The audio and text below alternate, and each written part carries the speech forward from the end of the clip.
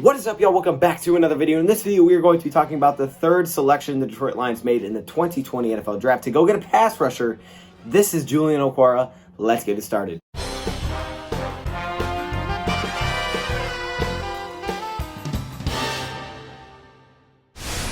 So we have already talked about Jeffrey Okudah and DeAndre Swift. If you guys want to see those videos, make sure you go check them out. They are already up there. We did an analysis on those players, and then we gave them a grade instead of just doing it all in one video. I decided to break it up prospect by prospect, player by player, and I feel like this is the best way to get a really good grade on these players instead of just putting it on to one and kind of rushing it. This is the best way to do it. So we have done this daily. This is the third player. I'm a little bit later on this one because I was trying to get clips for Julian Okwara from the Madden gameplay. I did that in my last video. I thought it was kind of cool, give you something else to look at, than just pictures. So I thought that'd be kind of a good idea. Julian Okwara is a lot harder though because he is a pass rusher, and a lot of times not a lot of big plays happen, right? Pass rushers don't have an impact constantly, so getting footage for him was kind of hard, but I think we got a few clips that I can throw in here and there. But let's talk about it. So Julian Okwara was the Detroit Lions' 67th pick in the 2020 NFL Draft, round number 3. They had 2 third-round picks, which we will talk about later. They traded up with their second pick in the third round. But I also want to look at some other options. So we have talked a little bit about them, but there really was no point to actually look at those specific names. But now that we're getting into these later rounds, it makes sense to look at specific names. So, Julian Okwara at number 67, we are going to be looking at a couple of prospects that went after Julian Okwara because, like I said, the Lions moved back up, so there's no reason to talk, any bit past that because the Lions moved back up. So, first off was Justin Madubuike. Justin Madubuike is a defensive lineman that I thought, in some of my mock drafts, the Lions would actually go with because I know Matt Patricia likes them trenches. I know Bob Quinn likes trenches. I know Matt Patricia probably wanted Derek Brown with all that talk. So I thought, hey, Justin Madubuike could make sense, and he was still available in the third round. That makes sense to me that they would go that route. Obviously, they didn't. Another guy was Damian Lewis, the offensive lineman out of LSU. I could have also saw them doing that because, you want to fill out that offensive line. But as we know, the Detroit Lions did that a little bit later in the draft anyways. David Hamilton, defensive lineman out of Ohio State. Very good production for David Hamilton. That defensive line for Ohio State had a lot of really good players come out of it this year. A lot of really good players. We actually got the other defensive lineman from Ohio State. And then there was Zach Bond, who I think a lot of people, that's the most controversial one because a lot of people would have went with Zach Bond. I think there's a couple main reasons. Let's just touch on them real quick. I think the first reason is that Julian Okwara is the brother of Romeo, and I think that has a huge impact because if you listen to Bob Quinn at his presser after that day when he selected Julian Okwara, he talked about, it could help a little bit that it's his brother, they can live together, which they will be roommates, and he can help him out, if it comes to learning the playbook or whatever it means, especially, when we don't know how long training camp's going to be. So to have that, it's huge, and I think that's one of the main reasons. I think the other reason is the Zach Bond. Maybe this may be a reason, this may not be a reason, but we know he drank too much water and he had the failed drug test. I'm not sure, what it was. Did he, was he trying to cover something or did he actually drink too much water? Who knows? But that may be a reason, but I think it's more of the first reason. Julian Okwara was given a 6.30 prospect grade, which basically means he will be a quality starter within 2 years. NFL puts these out on time. We talked about him for the last couple ones. They've given high grades. This is another solid one, but again, I don't know how accurate it is. But let's talk about it. So Julian Okwara is a guy that I wanted to compare sizes to with current players on Detroit Lions. And a lot of people ask me, what's his role going to be? Is he going to be an edge rusher or is he going to be defensive end? I think it's more, is he going to be the jack role or a defensive lineman? That's kind of what people are asking. So because of that, I wanted to look at sizes, but I also watched him. I didn't just look at highlights. I watched him play in full games. And one thing that I did see with Julian Okwara is there are a few times when he does get down on the defensive line, but mainly he's playing that jack role like Devon Kennard did. So I feel like that's going to be his role unless the Lions bring in someone else that's kind of that role, and then they have to move things around. But I think for right now, he is the next jack. I mean, he also wore the same number in college as Devon Kennard did last season. Obviously, we know we released Devon Kennard, so I feel like this is the direct replacement for Devon Kennard. And based on what the strengths are for Julian Okwara, it's perfect for how they used Devon Kennard last season, and I feel like they were targeting this guy for a while now, now that I'm really looking at what his strengths and weaknesses are and what Devon Kennard did for the Detroit Lions. Julian Okwara is a 6'4", 252-pound pass rusher. Now let's look at some other sizes. Now Devon Kennard was 6'4", 256, so he weighed 4 more pounds. That was it. The same height, he weighed 4 more pounds. So you can see very similar when it comes to weight. Now one thing that's interesting about Julian is he actually put on about 15 pounds. He bulked up because one of his biggest cons is stopping the run. That's something that he doesn't do very well. And he's also, weighing 230 pounds, playing that pass rush position against offensive tackles. That's not always enough weight, right? When his favorite move is bull rush, it's not always enough weight, and you want to put on a little bit more there to help him to run and stuff like that. So because of that, he put on some weight. We really haven't got to see him play very much with that, weight added, and putting that on because he broke his leg at the end of last season, in his last season with Notre Dame. So we haven't really got to see what he looks like with that. But if he still is at same explosiveness, that can really help in the run game, and that's huge. Now, I also want to compare him to Romeo Okwara, because Romeo Okwara plays that defensive end position. He is the same height, but Romeo weighs 11 more pounds even after Julian bulked up. And then you look at a guy like Trey Flowers, who weighs 13 more pounds, even though he's 2 inches shorter. So I don't think he's going to play on the D-line. I think he's a jack role right now. But again, if someone else is brought in that plays that jack role maybe even better, they may move him to the line or move some things around, trying to get both on the field at the same time, because I'm assuming they're going to try to get both players on the field at the same time, because this guy has an absolute talent to get to the quarterback, which we will talk about. One of the things that I saw that multiple people were saying is his athletic ability is special. He doesn't have that necessarily consistency, and I would say that's probably the best way to that's the best way for me when watching him. I could sum it up. The consistency is kind of like this, but his athletic ability is insane. I mean, my goodness, this guy does not look like a pass rush. I mean, he doesn't look like he weighs 230, 250 pounds. This dude just flies around. I mean, he's super, super explosive. It's crazy. When the quarterback gets out the pocket, if a running back's on the outside, may not have the best run stop grade, but this dude has a closing speed that's just incredible. He can close on a quarterback. It's really impressive. I mean, there was one highlight clip where he, caught back up to a running back. It was impressive. This dude's crazy, crazy athletic, and I think that's something you can't teach. You can teach a lot of other things like technique, stuff like that. You can't teach the athletic ability that Julian Okwara has, and I think that's one huge reason they decided to go that route. In high school, he went to Ardre Kell. He actually moved from Nigeria to the United States when he was in 3rd grade. I want to touch on a couple of things, in his earlier life. As a freshman for Notre Dame, he played in 11 games. Players that also were drafted, Jalen Elliott. He didn't get drafted, but he was a safety lines brought in as an undrafted free agent.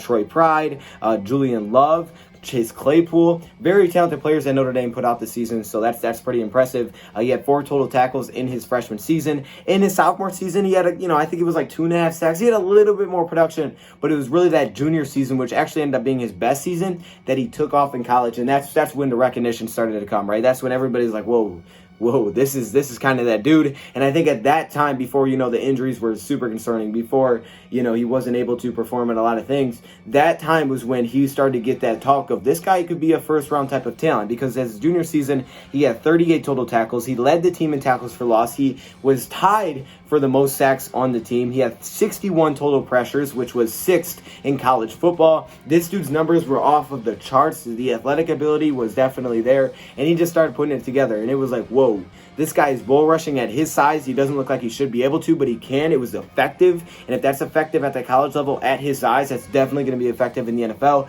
This dude just stood out, and that's when the talk of, hey, this guy could be a first-round pick started coming around. But then at the same time, injuries also started to come around. In his senior year, we know he broke his fibia, so, he missed the end of the season. That was against Duke. That put him out for the rest of the year. So he had a couple of injuries. He wasn't able to perform in, like the 40-yard dash and stuff like that. So there were definitely a couple concerns, and there was reasons for him to fall. Those were one of the main concerns. The other concern was the ability to stop the run. Like I said, then he decided to bulk up, and he wanted to put on that weight, because that was something that was a big concern, and obviously adding weight can help you stop the run if you can keep that same explosiveness in the pass rush. So that's what he did, and we just haven't really got to see it. So he ended up falling to the 3rd round to the Detroit Lions, but a lot of people believe this was a first-round talent at one point that still has that potential to be a first-round talent, and when you watch him, you know why they look at him like that, because like I said, you can teach technique, you can teach all of that stuff, right? It's not always easy, but you can. The athletic ability that he has at his size is something that you can't. It just ain't there. AJ Epinesa has great production. He's really good technique-wise. He's sound.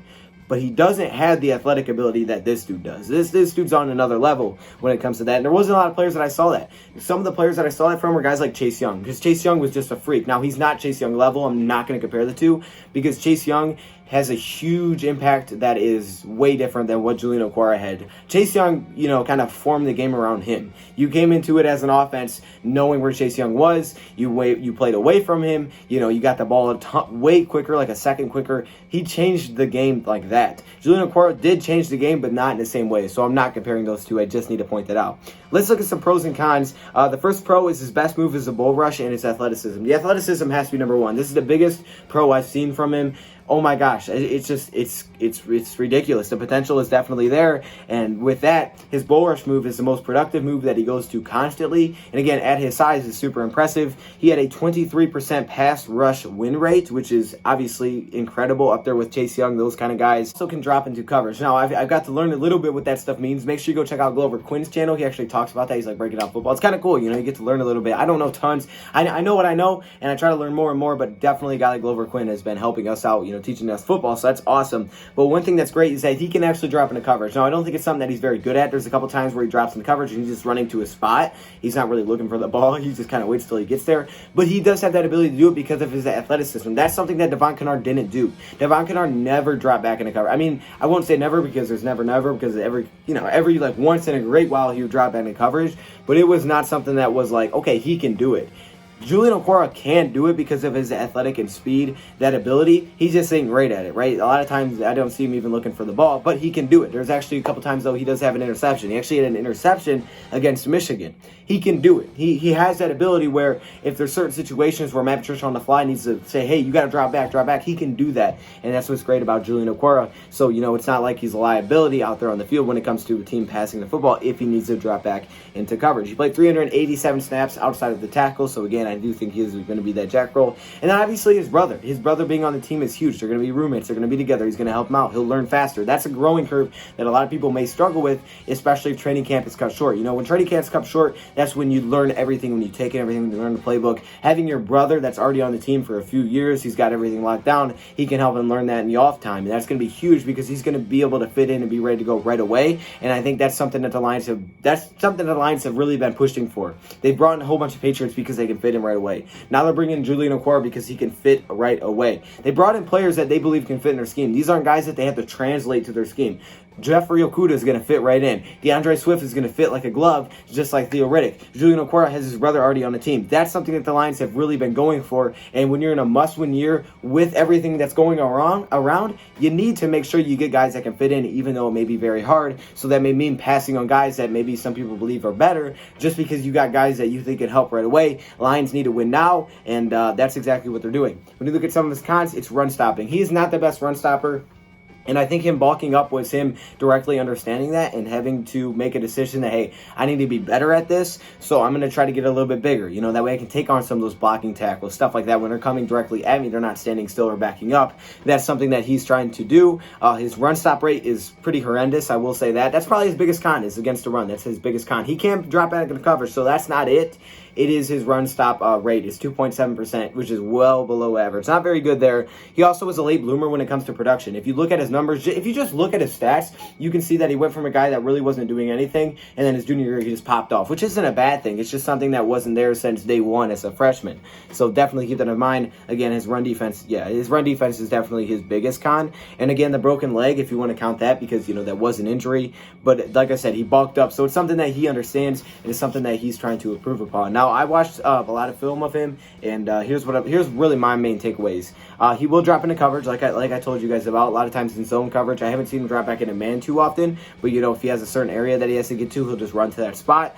He's a freak athlete. I mean, there's just not a lot of edge rushers like this. There's a lot of edge rushers that are bigger, that have that technique, that can bull rush, but they get to the quarterback, but they can't do all the things that this guy can do. He may not be the best against the run, but he has the closing speed to, set an edge. He can set the edge. He can learn all these things because he has the ability to do all these things. It's not like he's a guy that can do it all. He just struggles with the athletic ability to get there. Like, we know some players have the limitations. For example, Quintez Cephas, I think he has some limitations, but he's very technically sound. He's very good. He plays between the lines, like Jeffrey Okudah says very well. A guy like this maybe still has some things to work upon. I don't think he's polished as every prospect available. Maybe he's not as polished as AJ Epinesa, but I think he has the athletic ability that just sets him apart. That's like, hey man, I can't teach that, but I can teach you other things that may take some time, but you got what it takes to be great because you just have that, and a lot of people do. He has that it factor. He has the bull rush that's down. I mean, at his size, it's just crazy impressive. It's really nice to see. This dude is crazy athletic. When the play breaks down, he can catch up guys from behind. He doesn't have tons of moves that he goes to. I saw him go to a spin a few times, but it's really the bull rush, and if that doesn't work, he's just kind of trying to work around. But obviously, it's hard to really gauge what is consistent as a pass rusher, because when you look at pass rushers in college, it's a huge difference between the competition you play, right? Curtis Weaver's playing Boise State. There's definitely different competition between him and a guy like Chase Young who plays in the Big Ten. It's hard to really gauge. I don't think he's at that young level, but it's hard to gauge what it means to be consistent as a pass rusher. It was overall just a pick that Detroit Lions made based on what's going around, based on having a guy that they think can come in and help right away because of his brother Romeo, who can, speed that process up. There's someone that can help him when he doesn't understand things. I think this is a guy that also has the athletic ability that's unteachable. He has those traits. That's something that you can't teach him. And I think Matt Patricia believes that he can teach these players things. He just can't give them the athletic ability. This guy already has that. He has stuff that not every prospect has, and I think that's why the Lions went that route. And again, they're getting a guy that can help them without, having to be at training camp. Them being roommates is going to be huge, and I think that's why the Lions went this route over a guy like Zach Bond. So I think overall he has a great scheme fit right now. He's going to be our Jack Roll. He's going to be the next Devon Kennard, depending on what else we do. Opportunity to be one of the best pass rushers. There's a reason this guy was looked at as a first-round talent, and to get him in the third round, I'm going to give him an A-. To get a guy like this in the third round, to me, is something that's pretty impressive. First round, I can see why you give it a B, but in the third round, I'm going to give it an A-. So there you go. Let me know your thoughts, guys. Well, thank you for watching, and I'm out.